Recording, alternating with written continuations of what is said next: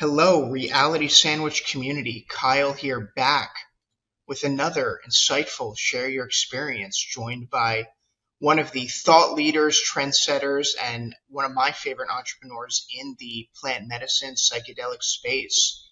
Joined by Niko today. Niko, thank you for joining. Yeah, thanks for having me. Excited to be here. Yeah, it was really great. For those who aren't aware, Nico participated in our Psych Tank that we hosted in Denver as part of the MAPS Psychedelic Science Conference. He was up there pitching his business. We had a panel of judges and entrepreneurs all looking for some cool new opportunities in the space. So, Nico, for those unfamiliar with your work at our audience, could you please introduce them to yourself and your project? Yeah, for sure. I always like to start with why in these spaces, and I think for most of us working in psychedelics, there's a big personal why in it, something deeply personal. Um, and for me, I found psychedelics maybe 10 years ago or so, um, and really just started using them to reprioritize, to take everything that felt overwhelming and make it feel exciting, like a fun opportunity. And so that turned into kind of a 6 month practice of mine, as I was starting and leading other companies. And then a couple years ago, I had the opportunity to um, hold space for someone in my own family, for my father at the end of his life, after he was diagnosed with cancer. And yeah, the experience made me realize that these medicines, they're not just about mental health. They're about dignity, about connection, about finding meaning when it matters most.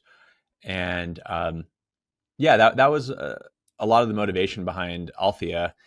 So with Althea, we're building the infrastructure underneath the regulated psychedelic space. So right now, that's Colorado and Oregon, and so practitioners in those states use Althea to document their uh, document their care with their clients, to get all the paperwork signed, to stay in compliance, to measure outcomes.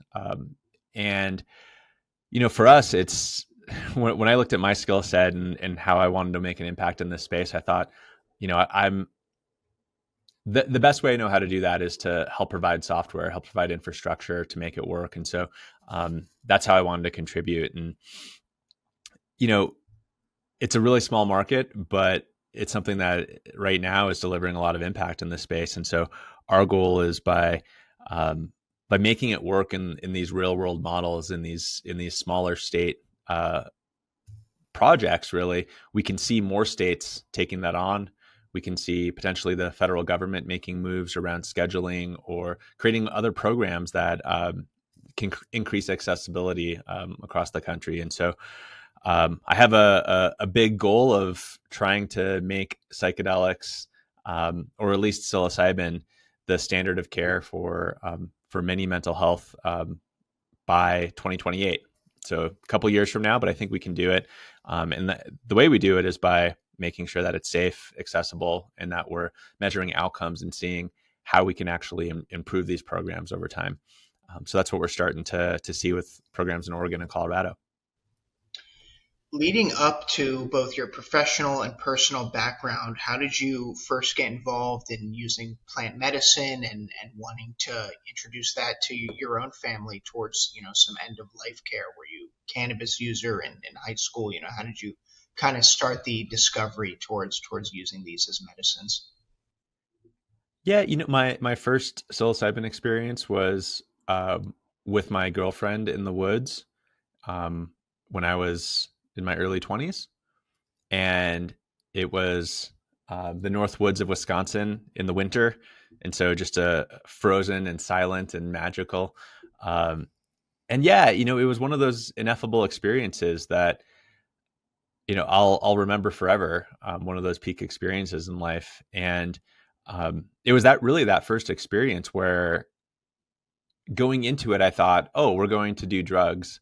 Coming out of the experience, I thought, these are not these are not recreational things. It's not like drinking a beer at a party with friends. This is something to take much more seriously, because I felt all of my feelings. Maybe for the first time in my life, I felt love more than I had ever imagined, and I felt grief and sorrow more than I had ever felt before. Um, and so it was from that point on where I started really taking them more seriously. And yeah, I definitely have had fun with them too. But for me, it was right around that time when I started my first company, which is called Redox. And um, yeah, I really kind of took it into my work. I have a hard time separating my work from my life. I feel like if you're going to spend so much time with work, it might as well be something you're passionate about. And with Redox, every time I started feeling like it was overwhelming, like there was too much to do, like we were biting off more than we could chew. Um, I think I'm prone to these feelings of overwhelm. When those would come on is when I would that would be a signal for me to go and sit with psilocybin again. And my practice had always been find some beautiful nature and go out there and take some mushrooms, bring a notebook and spend a few hours. And I would come back from those experiences just with a renewed sense of purpose, with a yeah, essentially understanding how the work we were doing in the company impacted human life. And Redox is a healthcare software company, um, but it's infrastructure. It's what software developers use to make healthcare software. So it was a few steps removed from actual touching human beings and patient care, but through these experiences, I could see the impact. The sort of ripple effect of the work that we were doing at the software level and how that was actually impacting patient lives. And I think that attachment to the impact that we had in the company permeated the culture. We had about 300 employees at the peak, and yeah, we were often told by our customers that we just cared a lot more than other vendors in the space, than a lot of software companies in healthcare. And for me, it was like, well, if we don't care, why are we doing this? Why are we working in one of the hardest industries in the country? Um, and so, yeah, I think it shaped the culture and ultimately shaped um, the success of the company. And it was towards the end of my time at Redox. I founded it and was president and co-founder there for 9 years, 9.5 years. Towards the end of that time, I did a journey. This was a retreat I went to in the Bahamas with other founders, and it was actually combining MDMA and psilocybin. And I had this really really pointed ego death around my identity as a founder of this company. Um, I I realized how much my self worth was tied up in making this company successful. Um, I remember during this journey, I was looking down at this tattoo I have here. It's the logo of Redox, and I got the tattoo because I lost a bet with our sales team, um, and ended up with our logo tattooed on my arm. But no, and it's my only tattoo. But I remember looking at it and being like, if I am not with Redox, then who am I as a person? And yeah, how can I walk away from this? It felt like it was my identity kind of disintegrating. And for those of us who have had ego death style experience, on the other side, at least for me, on the other side of ego death was always beauty and love and compassion, um, and safety and peace. Um, and so as I was grappling with that ego, I eventually came out to the other side and realized I would be okay if I left. The company would be okay. Um, I went on to grapple with the ideas of maybe the company would be better.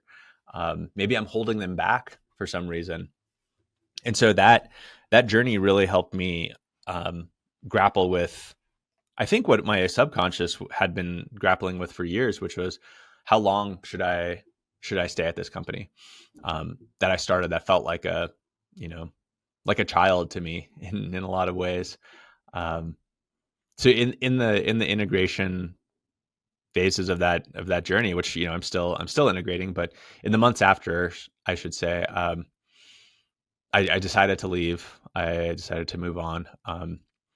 And I was on a sabbatical from Redox, and so yeah, trying to figure out if I was going to go back or that sort of stuff. And that's when I learned my dad had cancer, and so I was still very much integrating this really profound psychedelic experience.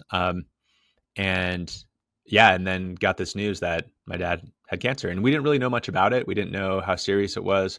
My dad, for as long as I knew him, he drank alcohol and smoked cigarettes, like lots and lots, and never thought about quitting or hanging him up.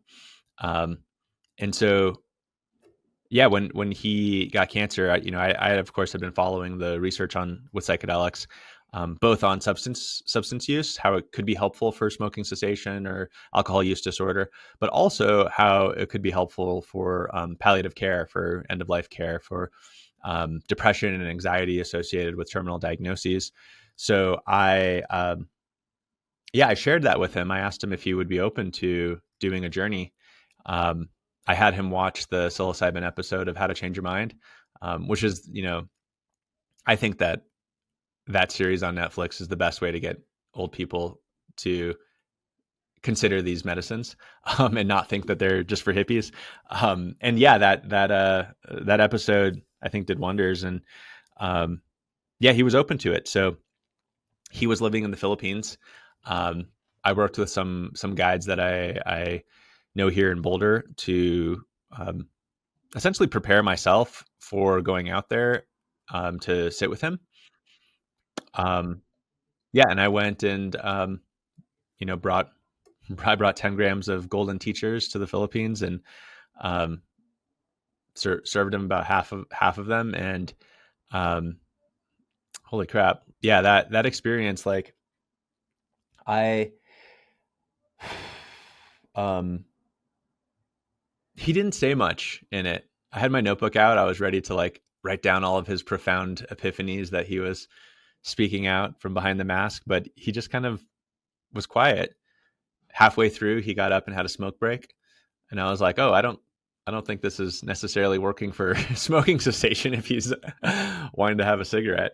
Um, and then a couple hours into it, 3 hours into it, he took off the mask, and he was like, I don't really feel it anymore. I think it's done." And I was like, okay.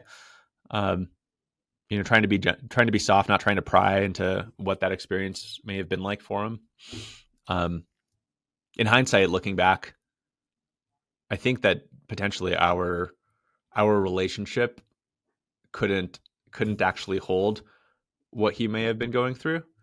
Um, we didn't have a very open relationship as far as our sharing our feelings and sharing our what was going on inside. But what I saw in him after that, we went to lunch after, and he had a beer. Um, what I saw in him was a dramatic change in behavior from before the journey to afterwards. Um, Before the journey, um, he was worried about his diagnosis. He was trying to figure out what to do about it. If he was going to do chemo and surgery, he was deep in the rabbit hole of Facebook conspiracies around cancer, and he was chugging olive oil and other like supplements that I couldn't find any evidence base in, and it was sort of this like throwing everything at it and unsure what he's going to do.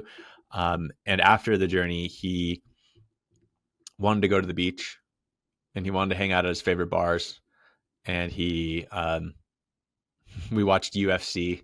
Like we did things that he was into. Um, yeah, he stopped talking about getting better. And it was actually beautiful. Like if I didn't see it with my own eyes, I probably would have been pissed. Like if this was my sibling out there with him, and yeah, it would have felt like he was giving up. But to me, seeing it firsthand felt like he was courageously walking into whatever life he had left, and accepting that the behaviors that got him there, the drinking, the smoking, the unhealthy lifestyles, like that's who he was, and he wasn't going to change, and he accepted it. And we hung out for another few weeks. We used some more of those mushrooms, and we instead this time we listened to Pink Floyd and we hung out.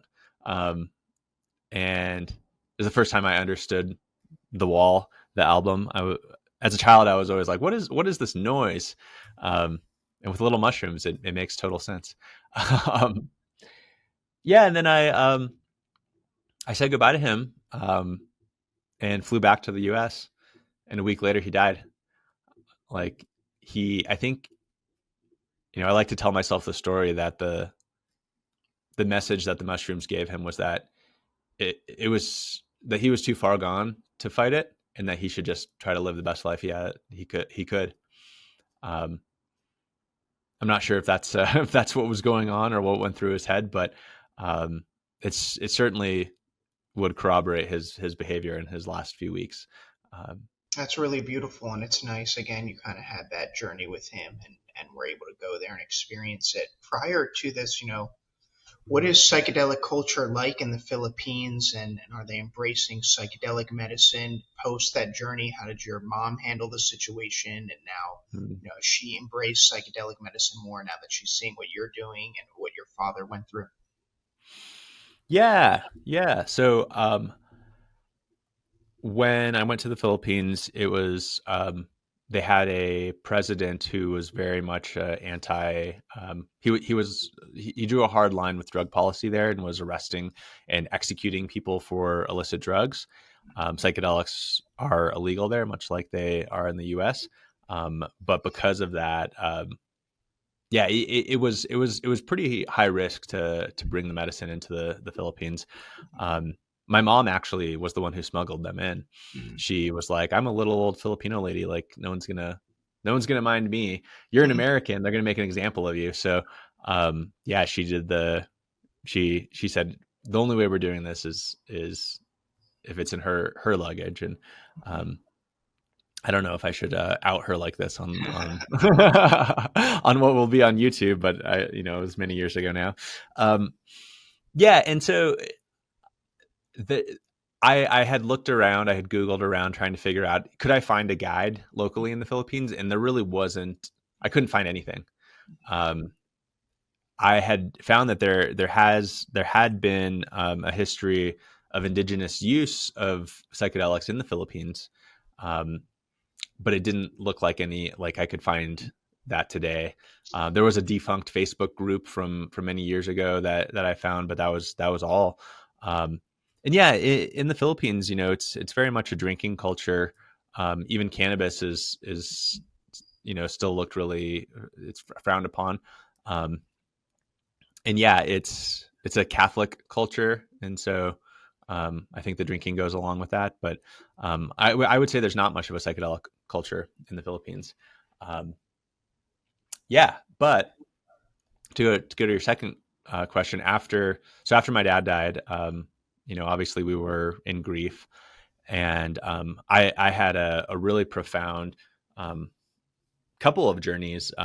Many of them were psilocybin, but I also did I think the one that helped me most in grief was a cannabis-assisted breath work, Mm. which is pretty popular here in Boulder because there's a there's a training program here that focuses on that Center for Medicinal Mindfulness, and they've been training facilitators on cannabis-assisted breath work for probably more than a decade.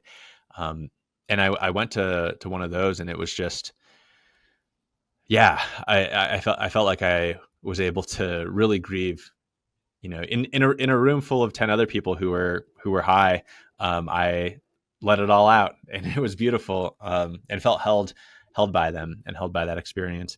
Um, but then I spent some time with my mom afterwards, and yeah, and she sat with psilocybin as well.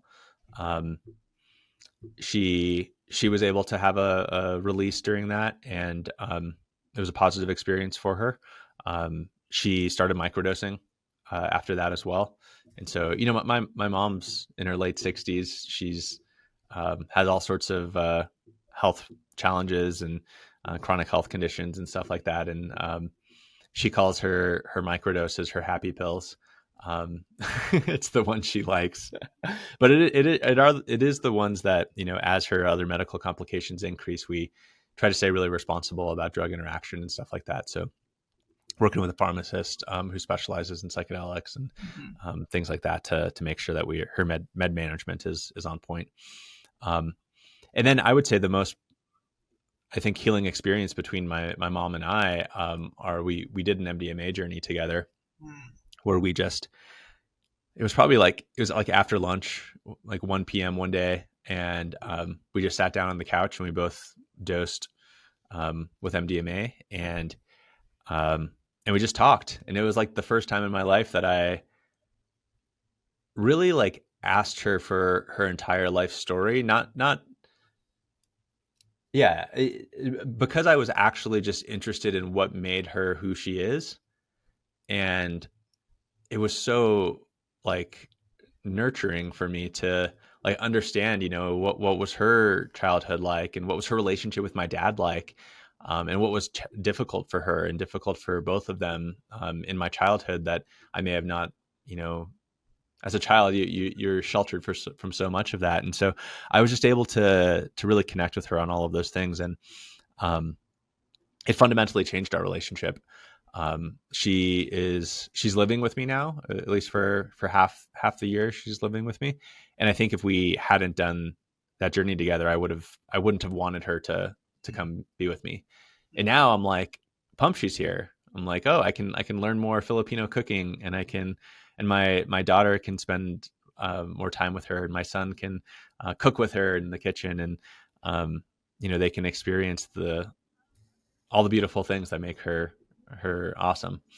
Um, so yeah, it those experiences with my mom as well were really motivational for me to try to figure out like how do I taking this next step in my career, because by this point, I had left Redox. I hadn't worked there in many months now through this process of um, taking care of my dad, and then bereavement and all of that. And so I was thinking about like where I want to devote my time next, and I couldn't, after all of these psychedelic experiences, my personal ones, and then with my dad and with my mom, like I couldn't not figure out how to do something in this space. And what occurred to me was, there's so much research going on in med schools and the top universities. Um, there's so much pharmaceutical development of psychedelic derived medicines right now. And then that's sort of like on one extreme. And on the very other extreme, there is a long standing practice, tens of thousands of years old, of human and ritualistic use of psychedelics that in the US is entirely underground. And so as psychedelics are becoming more popular, there there's this gap that's forming in the middle of um, like people are hearing about it, whether it's from Oprah or on 60 Minutes, or of course Michael Pollan's great book that kind of dropped a big weight in this space. Um, they're hearing about it in all sorts of ways, and then they hear also about these underground retreats and their friends going to South America to do ayahuasca in the jungle, and it seems so inaccessible and scary, like an underground retreat where you feel like you're going to lose your mind. What sort of safeguards are there? So yeah, as I started getting more into it, I started seeing like if we actually wanted psychedelics to be used by more people, especially people who wouldn't have otherwise found their way to the medicine, like my parents, we need to figure out how to close that gap. And the regulated space, what Oregon first did in 2022, and then what Colorado has followed with just a couple months ago in creating these regulated programs, is an amazing step in that direction, where we can say you're using trusted lab tested medicine. We know exactly what's in it. You're working with a facilitator who's licensed in a regulated environment. You're doing it in a space that is also regulated and licensed and meets certain criteria to make sure it's safe. There's people who are held accountable. There's a process. There's protocols that are being followed. And yeah, it's not the same as a lot of the tradition and ritualistic usage, but it is accessible and it is legal as far as the state program, as far as, within these states. And I think it's going to open up psychedelics to a lot more people. Um, you know, People like me and you probably aren't going to go and use these programs, but people like my parents would. And that's what we're seeing in Oregon. The average age of clients there are 50s, 60s, and like they're on the older end. They want a little more guardrails. Mhm. How do you, in your opinion, in some of the clinics that you work with or what you've seen open up in both Oregon and Denver, how do you walk that fine line between a sterile medical experience and a more traditional, psychedelic, let's call it ceremony or ritual that honors the indigenous, practices and use? Yeah. Um, there are practitioners in within the regulated space that are both. I know facilitators who are licensed psychiatrists who practice medicine and who work with all sorts of neuropsychological drugs. And they really they look at their psychedelic medicine usage as another tool in their toolbox, and it's very much a medicalized approach. And then I also know facilitators who have spent years in the jungles studying, with sacred plants, sitting in front of trees and learning from ancient lineages and traditions, who are also licensed and practice in these state models. And I think the state structure is sort of a baseline that really focuses on safety and creates boundaries such that the state can define what safety needs to look like, and then it's up to the facilitator and their client in that relationship to define how they actually want to approach the medicine. And so you might imagine as a if you're thinking about doing psychedelics in this space, like those two experiences that I described are going to be wildly different. They're going to be one might be more effective for one type of person than the other.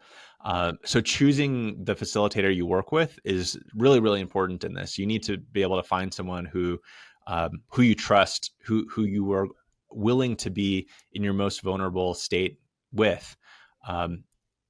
And a lot of that trust comes into what are your own beliefs and what are the things that you care about. If you're someone who really trusts traditional medicine and ancient usages and ritualistic endeavors that are passed down through millennia, then you're going to want to work with someone who is trained in that, who comes from that lineage. Whereas if you're someone who's would never touch these types of medicines unless there's a doctor there, then there's facilitators for you too. And I think that the state programs, both in Oregon and Colorado, give you a baseline, and facilitators and clinics can really innovate on top of that in ways that are going to meet the needs for their clients. And so that was one of the things that we saw when we started rolling out our software in Oregon. That was an opportunity we saw in the market, is how can we actually help people find the right facilitators. And so we work with about 75% of the market right now in both Oregon and Colorado. And so we have a lot of data on who these facilitators are, on their experience level, at least in these programs, where they got their training from, what their outcomes data looks like with people who have come before you. And so we try to utilize that information to make the best informed matches that we can for people who are trying to figure out who they should work with. So based on your preferences, based on your needs, what you're dealing with, are you dealing with clinical depression, with suicidal ideation? Like, you'll probably want to work with someone different than someone who's using this medicine for creativity and productivity, or spiritual spiritual endeavors. So yeah, there's a wide range of the different types of facilitators. There's about 500 or so that are licensed across both states, and yeah, we try to help people find the right one for them. Before we get too much off topic, there's psilocybin, MDMA, and ayahuasca. I feel are the flag wavers of the psychedelic medicinal movement. But cannabis has really been put in its own silo and its own kind of industry and is left out of the psychedelic conversation. I'd love to hear more about your experience with the cannabis and breath work. I've participated in a cannabis and breath work experience, and let me tell you, that was pretty psychedelic.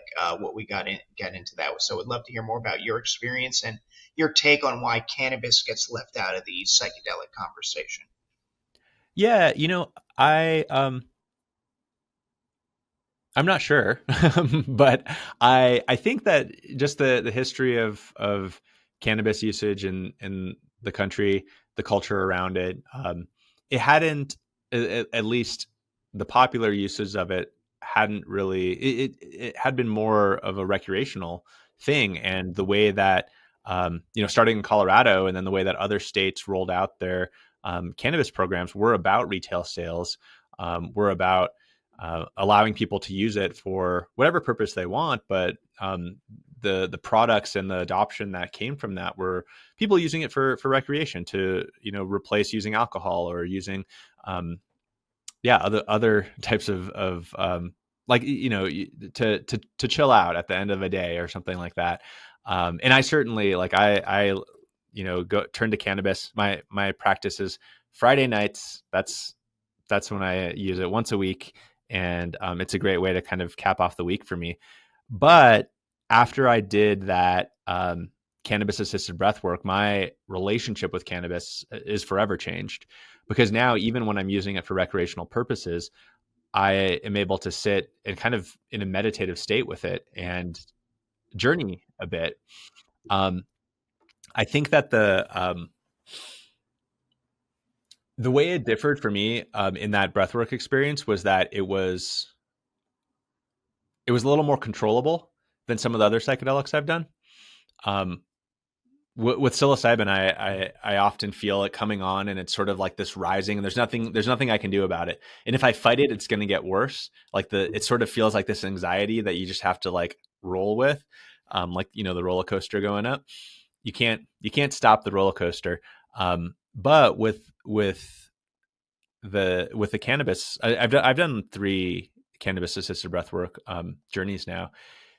You can modulate it a bit, or at least I could, where the breathing creates some intensity, and my mind would start journeying. And the, the most the most specific kind of part of it that I recall was I went back into my childhood home and was, like, walking around in these memories um, that were buried, that I didn't know I had. And this is when I was dealing with the grief of losing my father. And so it was feeling his presence in my childhood home was where I was kind of journeying through.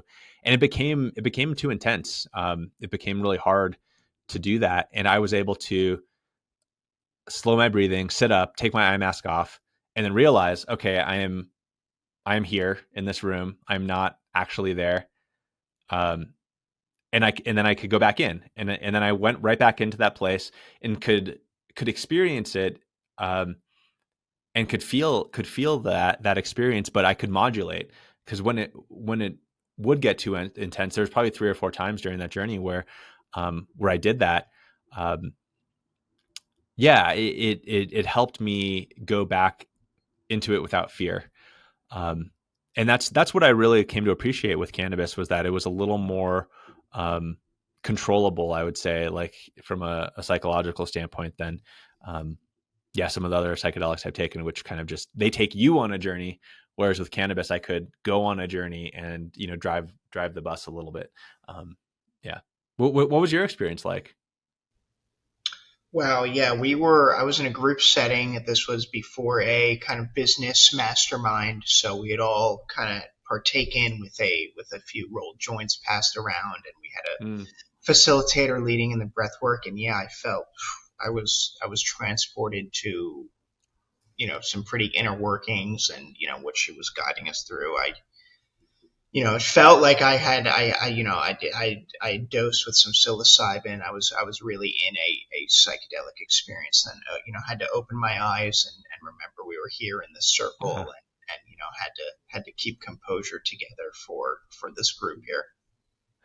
yeah. And you mentioned it was in a business setting. Yes, yeah, I'm part of a plant medicine mastermind group. We meet up, Uh, once a month in person, and the theme for this one was we had opened with this cannabis breathwork ceremony. So yeah, Very cool. Yeah. prior to everybody getting ready to share and what they were working on and doing some stuff like I don't know if I would have after I did cannabis, I just can't that. speak. I would have just sat there smiling, I think. Right. um, but one of the things, I'm fairly new to working within psychedelics, but I had to use psychedelics while I worked in healthcare, Hmm. and it was more of a personal thing. Like there was once or twice where um, I did an LSD journey with our marketing team, and I did MDMA with my co-founders once, but really kind of like quietly and on the side. Hmm. But now that we're working in psychedelics, I feel like I should be and my team should be using these medicines to be better people. Like it's Hmm. I think it's important that we're using them. And the first journey that we did together with as a team was we went to Portland and went to a service center and did it in the regulated space, so we could actually see firsthand what it was like, what our software was really like, what the workflow was really like for a client. Um, and holy crap, like doing it in a business setting is such a I feel like there's work we did on our culture at my last company that took years of culture building that we did in an afternoon of working together with psychedelics as a company, and it's both the work that we could do from a strategy and visioning point of view, um, as well as the work that we can do on an interpersonal front about how we actually treat each other and how we behave, and so yeah, we've I guess we've only done two, so it's probably on like an every 6 month cycle with the team. But yeah, it's something that we're all excited about, kind of figuring out how can psychedelics not only help us as humans, but how can they help us form a business that um, you know is a better business in all sorts of ways. Has better impact in the world, and yeah, actually achieves what we're setting out to do. Beautiful. We keep talking about your software and your project here, so let's rewind a bit. You're grieving from the passing of your father. You've taken a sabbatical from your last company. How did you now kind of start the engine on this new startup you wanted to inject into the world? Yeah, it well, so as my interest grew in this, I went to psychedelic science in 2023, Hmm. and it sort of reaffirmed that hunch that I had that there was a lot of scientists and there were a lot of Burning Man, and but there weren't a lot of people working on care delivery, people working on how do we actually do this for the majority of people who will find themselves sitting with the medicine. And so that's where I kind of got more motivated around how do we actually figure out the care delivery models around this, and what infrastructure is necessary to create those care delivery models. And so after the conference, I got a little more serious about working in this space, and started teaming up with the University of Colorado's med school with their Department of Psychiatry. They were doing some clinical trials they were launching a clinical trial looking at psilocybin and its effectiveness with treatment resistant depression, specifically anhedonia, one of the symptoms of depression, where you can't feel Hmm. pleasure. And so started really understanding, their clinical take on it, and why they think it works, and the research as well. And it was through that relationship with the med school that we started working with the state of Colorado. The state was rolling out their own psilocybin program, the natural medicine program here, and soliciting input from the public. And so we started attending the public hearings and learning about the rules and how the process would work. I called up one of my good friends who lives in Portland, and asked him what he knew about what was going on in Oregon. He had been following that space there, and we decided to team up. So he became a co-founder of Althea, and yeah, we started studying the Oregon market. We started contributing to what was going on in the Colorado space, and then we raised some money. My last company, we were fortunate enough to raise a lot of venture capital. And so I built relationships with a lot of investors, and um, it was kind of funny because with the last company, it was very clear what we were going to do, and we just went out and did it. With this company, we had no idea what the business would be, but we knew we were passionate about it. And so, yeah, we had a couple investors bet on us, two venture capital funds, bet on us to figure it out and do it in a way that we think was appropriate for psychedelics. So we formed ourselves as a public benefit company. Not a lot of public benefit companies are able to raise venture capital. But to me, there's no difference between satisfying our public benefit um, and being a successful company, especially in the early days of figuring out a market to serve. And so, yeah, we were able to raise a little seed capital to get going, and that was about a year ago. In October of 2024, we started rolling out our software in Oregon. Um, and the focus of the software was to help people with compliance, to allow them to do all the paperwork necessary and store it appropriately and share it with only the right people who need to see it, like the client and the clinic operators. And yeah, and just really learning from our users and understanding what their needs were. And so we got the compliance product up and running, which just kind of becomes the core system of record for these clinics. And then it was probably by the end of last year, we had a good amount of people using the software. They were coming off spreadsheets and kind of making their own, DocuSign stuff. So it was pretty easy to get them to use something that was purpose built for them. But what we realized was that their biggest problem wasn't, getting the forms signed in the right order at the right time. Their biggest problem was finding enough customers. And that blew my mind, because this is like, at the time, Oregon was the only place in the country where you could go and legally do psilocybin. Why wasn't there lines around the block at all of these service centers? And a couple things became really clear. Number one, it's super expensive. There's many people who would love to do it, but they can't afford $2,500 for a journey. So what can we do about that? And then the other one that I think is a more nuanced problem was that not many people knew about the program. There's a study put out by Healing Advocacy Fund that showed that of the people who could benefit, who are struggling with treatment-resistant depression and other and anxiety and these diagnosed medical conditions, it was something only like 20% of them actually knew that the program existed. And these are people living in Oregon. So people who could go around the corner and do it at a service center there. And so awareness of the ability to take part in this in your own neighborhood became a big issue too. And so we basically started shifting the company to try to tackle those problems. So while most of the industry uses our software to do compliance, we try to actually align the success of the business with helping them solve their biggest problems, which are finding them customers.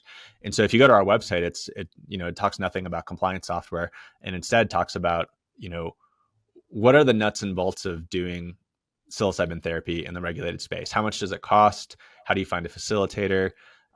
What are the risks? What does the legal structure look like? All of that sort of stuff, how to best prepare. So we're trying to kind of provide that gateway for folks who might be curious to understand how to actually go about doing it, and the step-by-step path to guide them into psychedelic healing. So, and we launched the Forward Fund, which helps people pay for psychedelics. And so we seeded the fund with our own capital. We launched this with our friends over at Tricycle Day. So they did a lot of promotion for it. And essentially what it is it's a scholarship fund where folks can apply to it.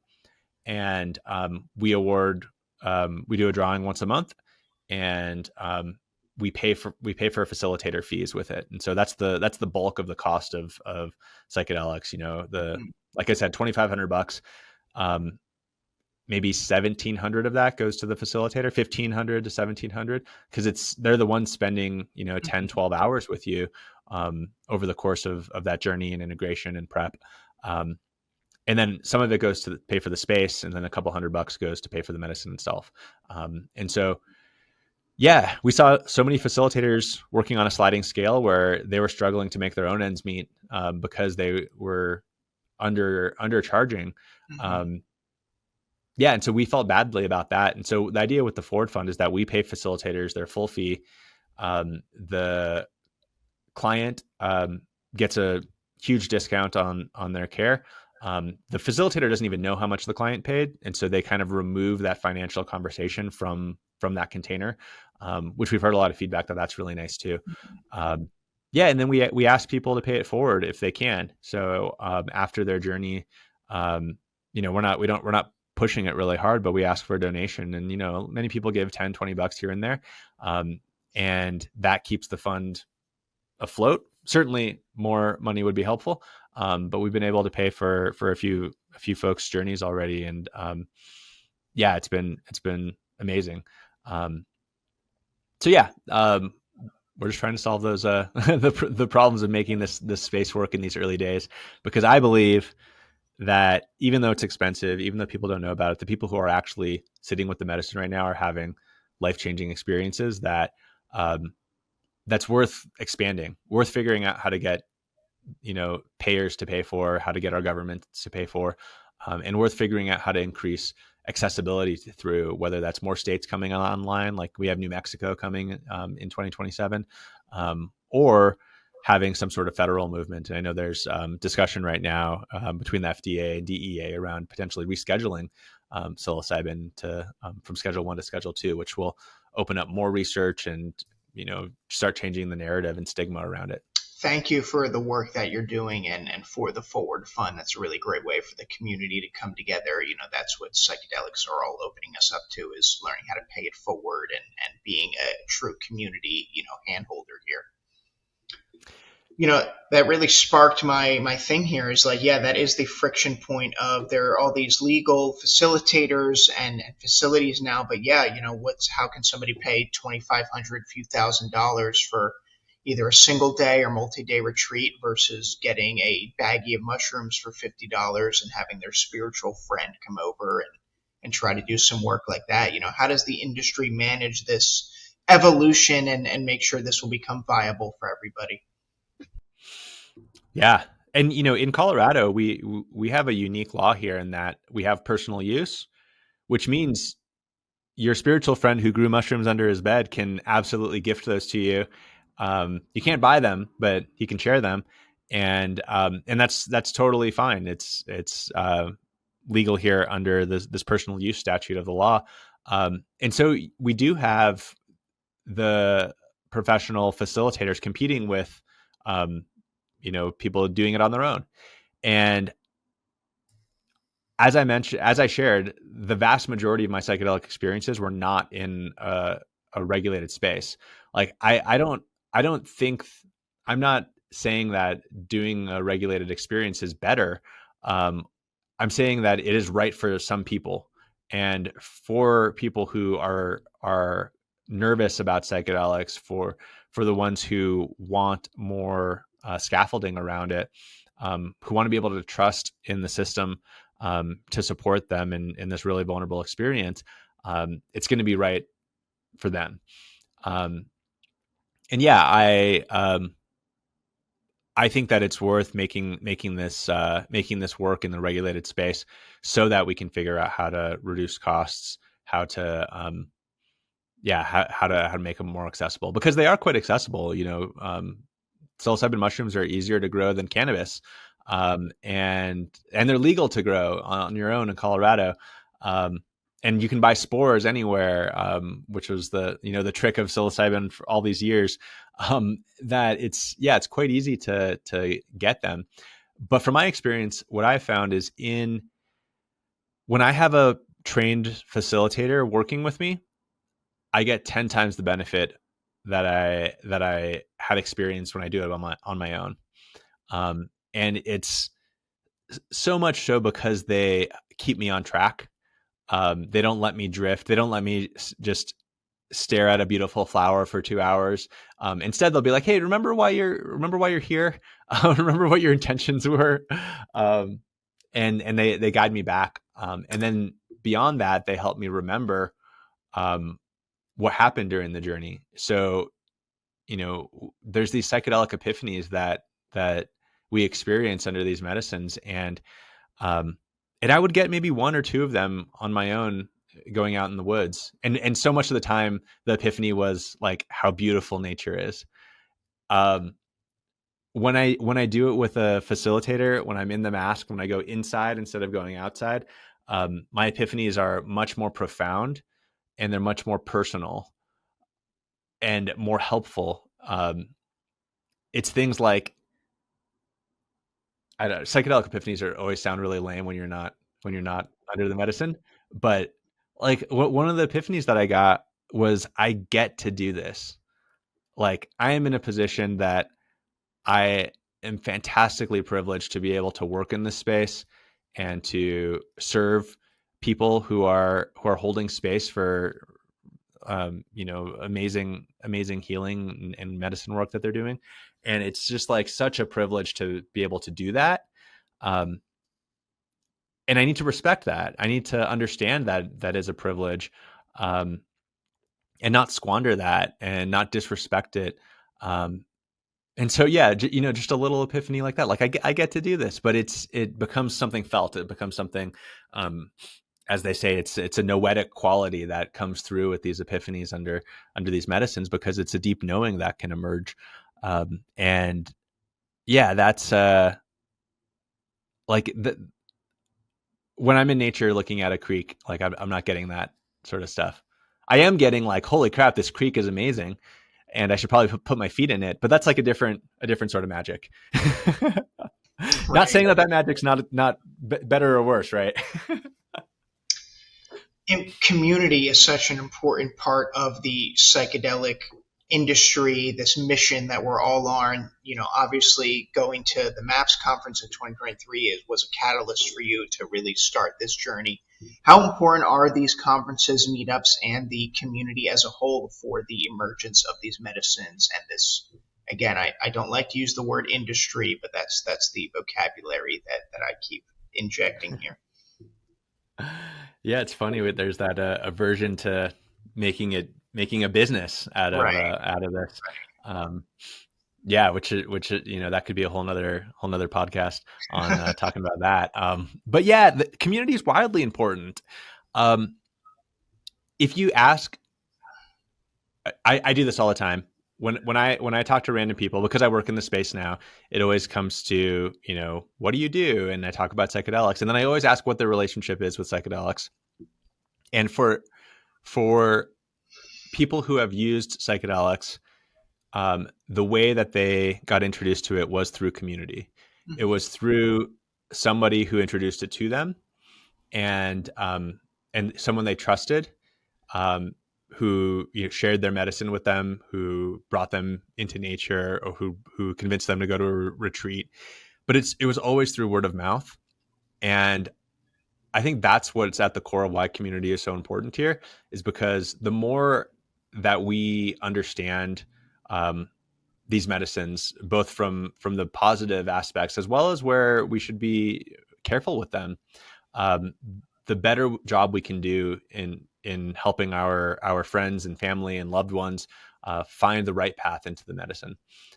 Because there are many experiences that I've heard where people had really really bad experiences with psychedelics, whether it was doing it at a festival when they didn't want to be Mhm. tripping.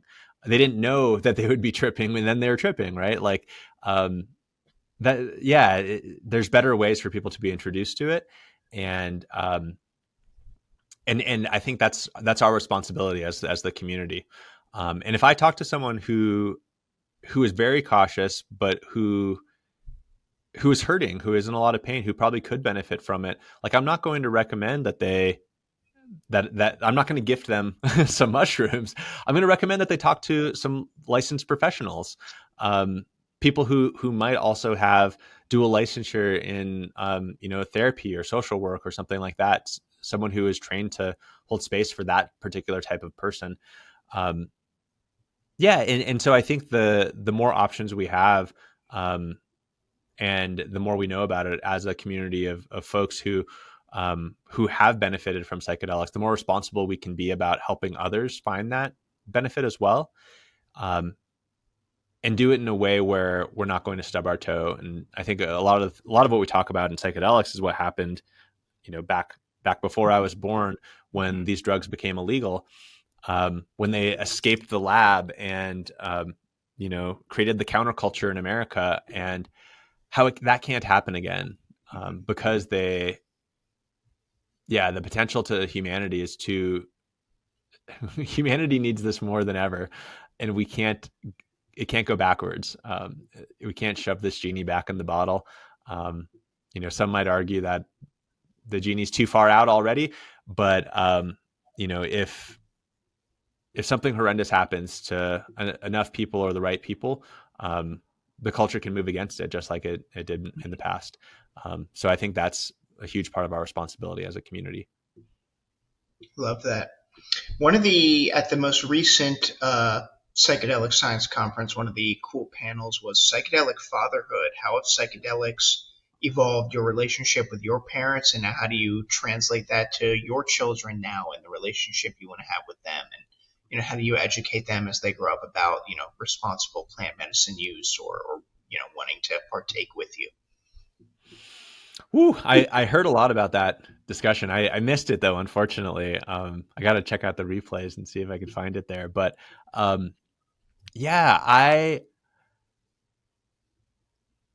I wish that I lived in a community that had a coming of age practice around psychedelics. I think that the type of experiences that we have on psychedelics are very much, or at least for me, were very much a maturing, where I stopped being so self-centered and I started being more compassionate, towards others, towards the environment, all of these things. And I think it gave some perspective, which is a phenomenal part of maturing as a human, growing up. I have a 9-year-old son, and I don't hide the work I do at all from him. Like, I talk about psychedelics openly with him. He doesn't understand that they're illegal in most places. He doesn't understand that, they're drugs and drugs are bad. He sees them as medicine, that can help people. So, much like for his entire childhood, I worked in healthcare, and I still, to him, work in healthcare, but it's different now. And I think at some point I would want to use psychedelics with him, or I would want him to use psychedelics. But I haven't thought of when or how that might unfold. And that's going back to my earlier comment. Like, I wish there was a ritual that it could just be like, hey, when you're 19, this is what you do. This is what I did and what your grandfather did. Right. I think we've lost that. There's, certain pockets of humanity who still have those things, but in our American culture, it's this yearning for spirituality that I think that our traditional churches have kind of failed us in. So I would love for that to exist. And I live in Boulder, Colorado, so it probably does here in some way. I just gotta go find turn over the right rock. Yeah. Well put.